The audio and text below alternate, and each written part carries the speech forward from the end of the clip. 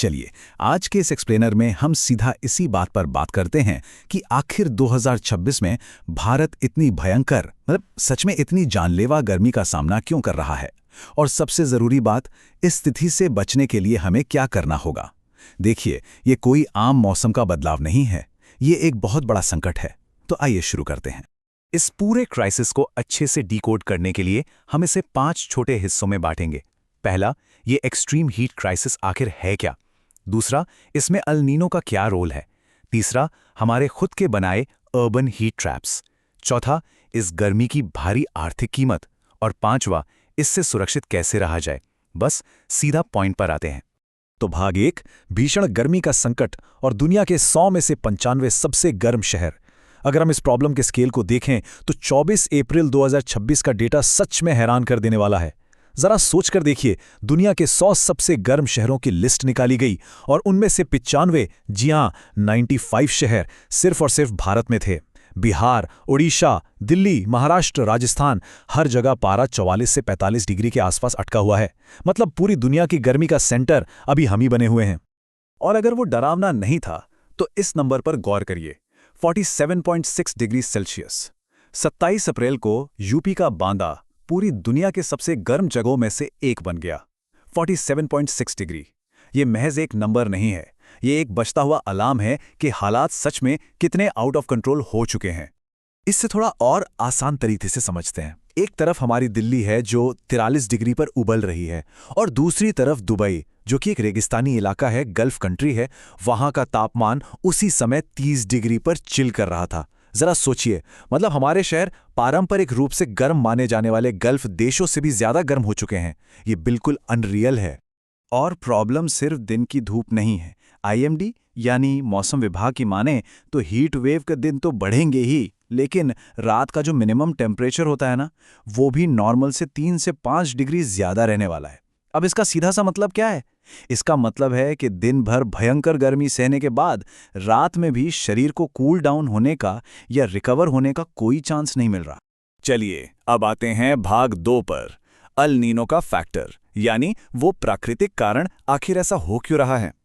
सबसे पहले उन नेचुरल ताकतों की बात करते हैं जिन पर हमारा कोई कंट्रोल नहीं है, जो इस भयंकर हीट के पीछे असली मास्टरमाइंड हैं। तो इसमें सबसे बड़ा विलेन है अल नीनो। अब ये अल नीनो है क्या? आसान भाषा में समझें तो ये प्रशांत महासागर में होने वाली एक बहुत बड़ी नेचुरल मौसमी घटना है। नॉर्मल दिनों में वहां तेज हवाएं चलती हैं जो समंदर के गर्म पानी को एक तरफ धकेल देती हैं, लेकिन अल नीनो के टाइम पर ये हवाएं बिल्कुल सुस्त पड़ जाती हैं।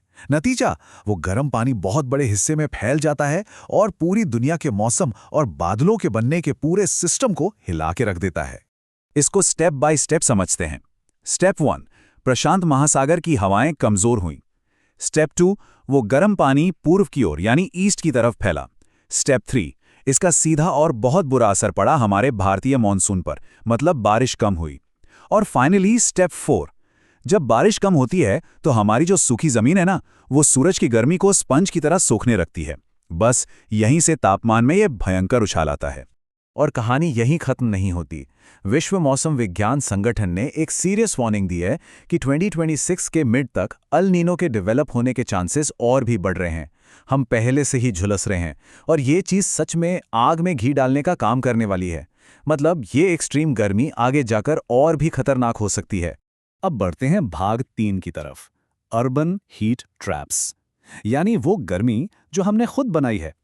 देखिए, हर चीज के लिए हम सिर्फ नेचर को तो ब्लेम नहीं कर सकते ना।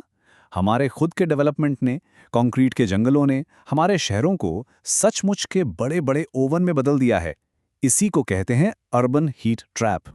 अब जरा इस नंबर को देखिए, 2.33 मिलियन हेक्टेयर। ये कोई छोटा मोटा नंबर नहीं है। ये वो एरिया है जहां 2001 से 2023 के बीच भारत ने अपने पेड़ों को पूरी तरह से खो दिया। हम सब जानते हैं कि पेड़ हमारे नेचुरल एसी होते हैं ना, लेकिन नए कंस्ट्रक्शन के चक्कर में हमने खुद अपने इस नेचुरल कूलिंग सिस्टम को जड़ से खत्म कर दिया। अब जब पेड़ ही नहीं बचे तो क्या हुआ?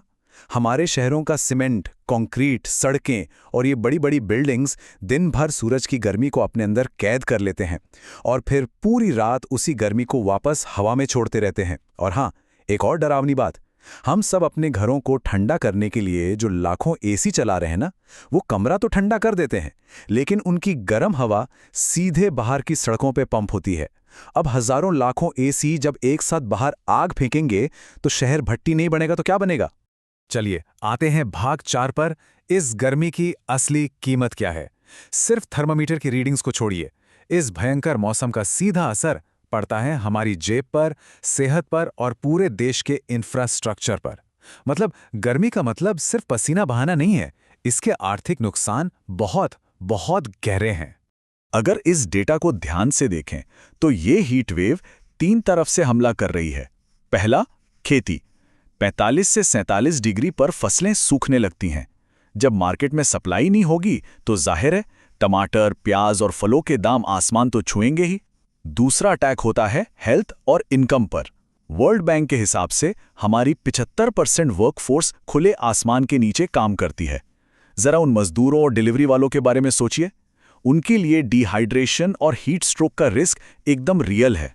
और तीसरा अटैक हमारे इंफ्रास्ट्रक्चर पर। गर्मी इतनी है कि पंखे, एसी बंद ही नहीं हो रहे। अप्रैल में ही बिजली की डिमांड 256.1 गीगावाट के रिकॉर्ड पर पहुंच गई। नतीजा, और ज्यादा पावर कट्स और लंबे चौड़े बिजली के बिल। और फाइनली भाग 5, खुद को सुरक्षित और कूल कैसे रखें। इन डरावने हालातों को देखते हुए ये जानना सबसे ज्यादा जरूरी है कि हम अभी इसी वक्त क्या कर सकते हैं।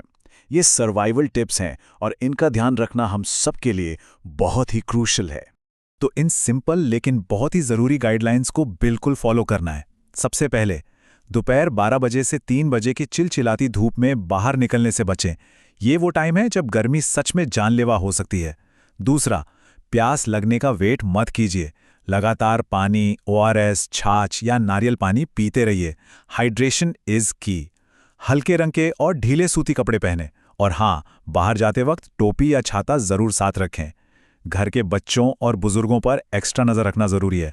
और सबसे इंपॉर्टेंट, अगर किसी को भी चक्कर आ रहे हैं, कंफ्यूजन हो रहा है या तेज बुखार है तो प्लीज इसे इग्नोर मत कीजिए। ये सीधे सीधे हीट स्ट्रोक के लक्षण हो सकते हैं। एक और बात जो शायद सबसे जरूरी है, इस गर्मी से लड़ना हम सबकी एक कलेक्टिव जिम्मेदारी है। हमारे आसपास ऐसे बहुत से लोग हैं जो सीधे धूप में काम करने को मजबूर हैं, जैसे सोसाइटी के गार्ड्स, डिलीवरी पर्सन या कंस्ट्रक्शन में लगे मजदूर। उन तक ठंडा पानी और ओआरएस पहुंचाना या उन्हें थोड़ी सी छांव देना, ये हमारा फर्ज बनता है। इस वक्त हमारी एम्पैथी, हमारी सहानुभूति ही सबसे बड़ा बचाव साबित हो सकती है। तो जैसे जैसे हम इस एक्सप्लेनर के आखिर में आते हैं, एक बहुत बड़ा सवाल पीछे छूट जाता है।